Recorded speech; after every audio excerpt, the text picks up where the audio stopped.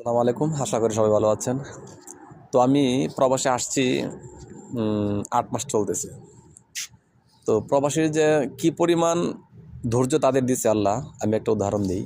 আমি গত ২ দিন আগে ঠিক দুপুরবেলা, তখন ২টা বাজে আর কি, তখন তাপমাত্রা প্রচুর, সূর্যের তাপমাত্রা প্রচুর।